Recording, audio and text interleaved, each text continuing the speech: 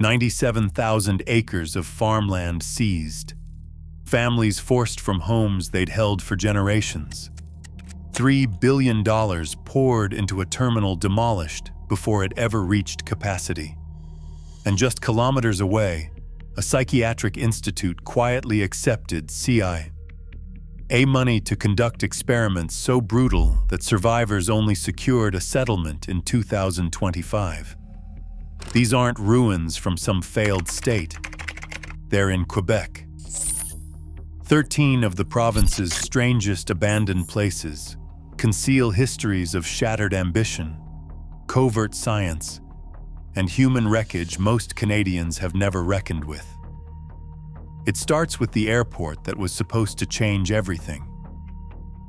In 1970, Pierre Lambert, a junior transport planner, stood in front of a packed Montreal auditorium and promised the future.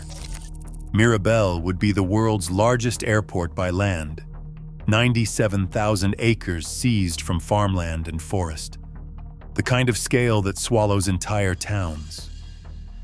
The government's plan called for a terminal so vast it could handle 20 million passengers a year. They said it would be the new gateway between continents, a monument to progress that would leave Dorval in the dust. But the numbers never added up. The first cracks appeared before the runways were even poured. The promised rail link, a 13-kilometer commuter line connecting Mirabel to downtown Montreal, was quietly postponed, then killed off by a ministerial memo in June 1982. Without it, passengers faced a 50-kilometer trek by car or bus through traffic and snow. Airlines grumbled. Travelers avoided the airport whenever they could. Lambert, who had signed off on the original feasibility study, watched as the projections collapsed. Mirabel never saw more than 3 million passengers in a single year. By the late 1980s, the echo of empty concourses was louder than any jet engine. The cost kept climbing. $3 billion Canadian dollars went into the project, enough to build a small city. 7,000 families, including the Gagnon and Lafrenière clans, lost their homes and dairy farms to expropriation orders. Promises of new jobs and prosperity faded into a pattern of lawsuits, boarded-up barns, and a growing sense of betrayal. For the displaced, the airport's glass and concrete didn't just symbolize ambition.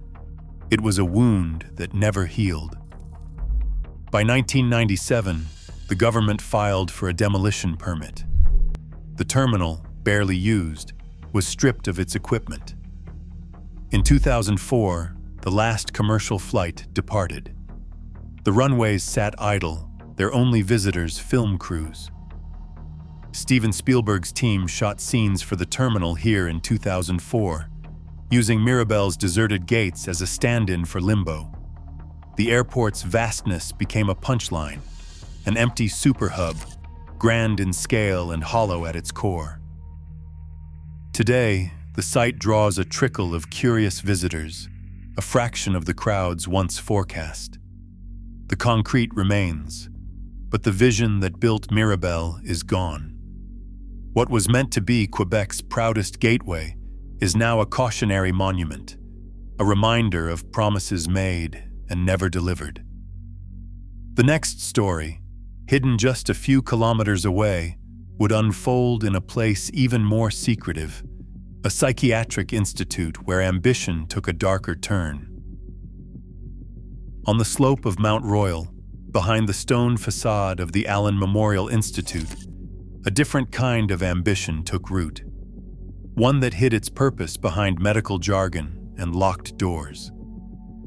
Between 1957 and 1964, the Institute became the Canadian epicenter of Project MK Ultra, a clandestine program bankrolled by the CIA and sanctioned by senior officials at McGill University and the Royal Victoria Hospital.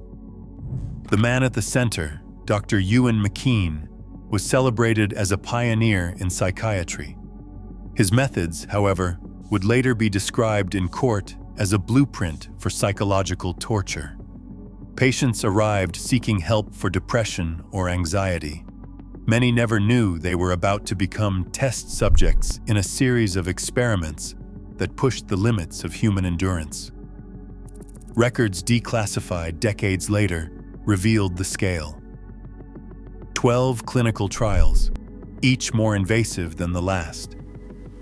Subjects were dosed with LSD, sedated for weeks at a time, and subjected to relentless electroconvulsive therapy. Some endured sensory deprivation or were forced to listen to recorded messages on endless loops, day and night.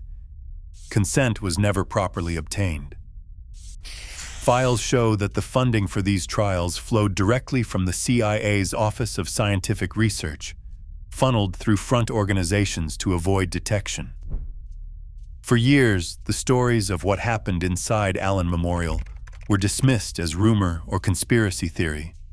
Survivors spoke of lost time, fractured memories, and a sense of betrayal that never faded.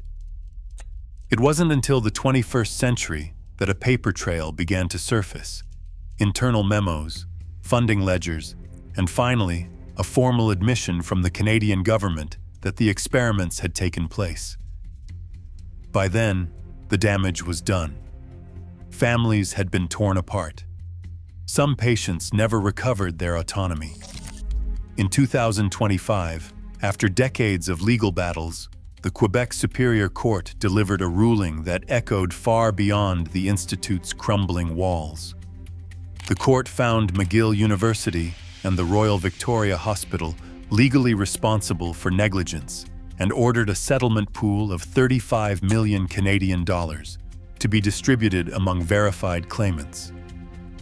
The Canadian government avoided direct liability, shielded by a technicality, but the judgment forced a public reckoning. An independent oversight board was established to monitor compensation and recommend reforms to medical research ethics. The decision offered survivors a measure of justice, but no amount of money could erase the trauma. The court's findings became a catalyst for a wider debate about human rights, research oversight, and the dark legacy of Cold War secrecy. The Allen Memorial Institute remains standing, its windows dark, its corridors empty, a monument to the cost of unchecked ambition. In the shadow of Mount Royal, the story of Dr. McKean and his patients lingers, a warning carved in stone and memory alike. Along the banks of Montreal's old port, two giants cast their shadows over the water, silent, skeletal, and impossible to ignore. Silo number 5 stretches nearly 150 meters into the sky, its concrete bulk once pulsing with the movement of wheat from prairie to ocean freighter. When it operated at full tilt, this vertical mountain could hold 12,000 tons of grain, enough to bake more than 34 million loaves of bread, a year's supply for a city. Today, the silo's windows gape like empty eyes. Rust streaks the walls. A section of the north wing collapsed in 2019, scattering debris onto the wharf below. Despite dozens of proposals, from luxury condos to public markets, nothing has taken root. In 2023, Silo number 5 landed on the Endangered Places Registry, officially recognized as both a relic and a liability. A few kilometers west, the Canada malting silos huddle together in a row, their cylindrical forms clad in terracotta tiles that have faded from ochre to a burnt, almost bruised violet. Built in the 1920s, these towers were designed to withstand the weight of industrial ambition. The pigment in their facade came from Quebec clay, giving the silos a color that is rare in North American industry, a detail that once set them apart, now mostly hidden under layers of dust and graffiti. Both sites have become battlegrounds in a different kind of war: preservation versus progress. City officials debate, consultants draft new visions, but the structures remain untouched. Each year, the concrete grows more brittle, the steel more corroded. The cost of saving them climbs, while the odds of demolition never quite disappear. In the meantime, pigeons and urban explorers are the only regular visitors. These grain titans meant to feed continents now stand as monuments to a time when sheer scale was its own justification. Their silence is a reminder of how quickly the future can turn obsolete, and how hard it is, once the machines stop, to decide what is worth saving. 3 zones stand behind locked doors at the Royal Victoria Hospital, each flagged by the Mohawk mothers as sacred ground. The Medical History Archive, the Heritage Garden, and the Community Care Wing are more than just empty wings. They are the focus of a legal fight that refuses to fade. When the hospital closed in October 2015, the Quebec Health Authority issued a notice that left the future of these spaces unsettled. But for Chief Akan Mamong and the coalition she leads, the meaning of this place runs deeper than any operational memo. She walks the overgrown paths where elders once gathered medicinal plants and stands before the sealed archive, demanding the right to search for traces of children who vanished in the institution's care. In 2020, the Mohawk mothers filed for an injunction in Quebec Superior Court, halting demolition and redevelopment until a full forensic investigation could be completed. Their petition cited not only oral histories, but also the alerts of cadaver detection dogs at 3 specific sites: the garden perimeter, the Henry Louis Morgan swimming pool, and the old surgical pavilion. The court granted a temporary stay, recognizing what it called a reasonable prospect of evidence. For months, construction crews paused, and the hospital's corridors echoed only with the voices of activists and the faint hum of security lights. The legal battle is not only about bones or records, it is about who has the right to decide the fate of these abandoned wards.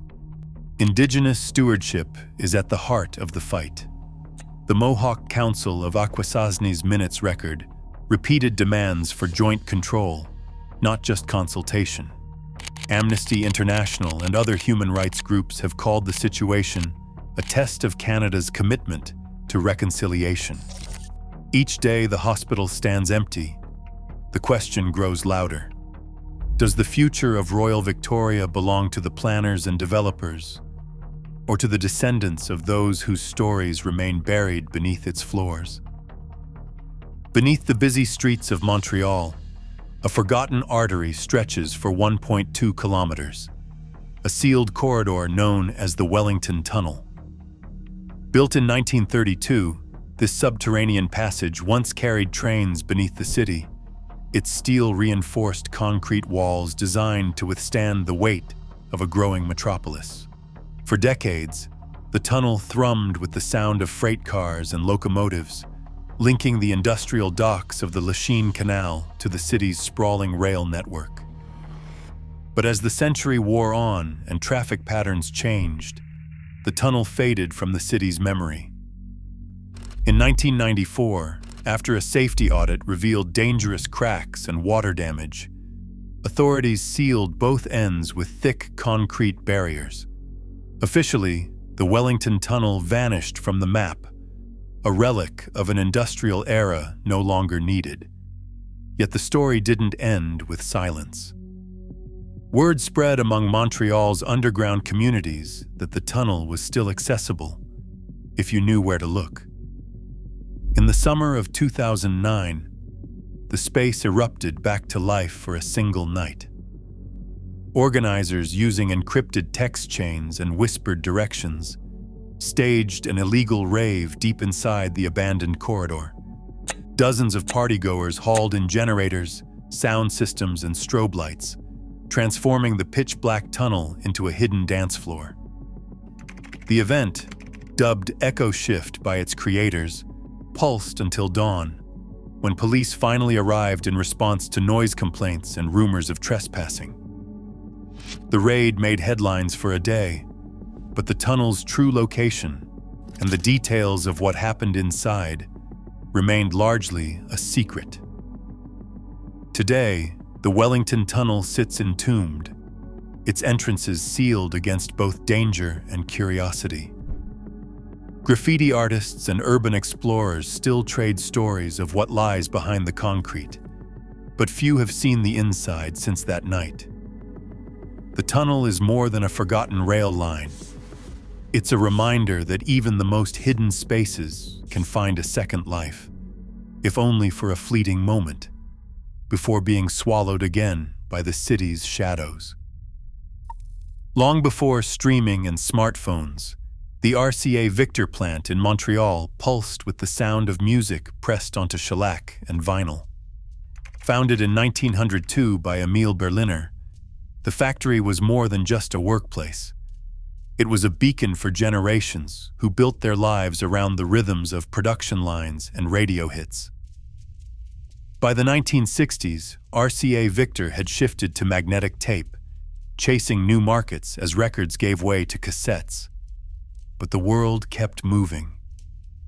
In 2009, after more than a century, the plant's doors closed for good. The roof, weakened by decades of neglect and winter storms, finally caved in, scattering debris across the production floor where thousands once clocked in. The site, tagged as a brownfield since 2000, stands empty, its walls scrawled with graffiti, its neon sign flickering only when the wind catches the wiring just so. Across the river, the Laval Drive-In sits frozen in time, a 50-car lot overtaken by weeds, projection booth glass shattered, the giant screen now a canvas for rust and memories. René Dupont, who once ran the concession stand, still remembers the glow of headlights and the hum of anticipation on summer nights. Both places offered escape, a taste of the future. Now, they're reminders of how quickly popular culture can vanish, leaving only silence and the faint echo of applause. The ruins of Manoir. Ogilvy stand as a monument to vanished privilege. Built in 1903 for William Ogilvy, the manor was once the jewel of Rigaud, a 45-room estate, its construction alone costing $75,000, a fortune that would translate to more than $2 million today. Generations of Ogilvys hosted galas beneath its ornate ceilings, but time and neglect crept in. By September 2020, the manor's east wing was reduced to smoldering rubble after a fire gutted the structure. The Sûreté du Québec's report put the damage at $800,000, but the loss was more than financial. The charred stones and blackened gardens are all that remain of a world built on inherited comfort. Across the province, a very different ledger was being rewritten. In 2024, the Quebec Ministry of Social Services issued a directive that finally reclassified the Duplessis orphans, children once warehoused in asylums for funding purposes, as private guardianship beneficiaries. For decades, bureaucratic labels had erased their identities and justified their suffering.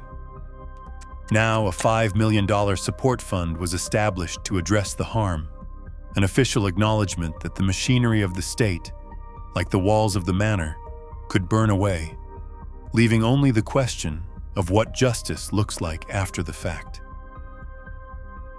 A turquoise pit yawns at the edge of Lévis, a quarry lake so deep that its bottom sits nearly 200 meters below the surface, cold and silent. For almost a century, from 1900 to 1990, workers blasted limestone from these walls, carving out a scar that now collects rain and rumor. Locals whisper about the lake's depth swallowing machinery, cars, even the odd daredevil, all lost to the blue-green water that never quite warms. In 2019, a court injunction banned swimming after a summer of accidents. But the fences do little to keep out thrill seekers drawn by the color and the legend. Not far away, the Pink House stands on spindly stilts above the Lachine Canal, its pastel paint peeling, windows gaping. Once a canal worker's residence, now it looks like a misplaced dollhouse, untouched by developers and left to fade. Some say it was a squatter's haven, others claim it's haunted. Either way, the house endures as a flash of color against the industrial gray. And in the village of Saint Chrysostome, the old church leans into the wind, its nave cracked open by the 2012 earthquake. The congregation moved on, but the cemetery remains active, fresh headstones rising beside the crumbling stone. Here, nature and memory reclaim what ambition and accident left behind, each ruin a final, silent witness to stories almost erased. Quebec's forgotten giants still cast long shadows on the land and on memory. Their walls hold secrets of vanished fortunes, sealed experiments, and dreams that collapsed in silence. Today, developers circle and histories fade, but what we abandon never truly disappears. These ruins remind us progress leaves ghosts, and every empty space is a question that refuses to stay buried. What stories do we overlook right in our own backyard?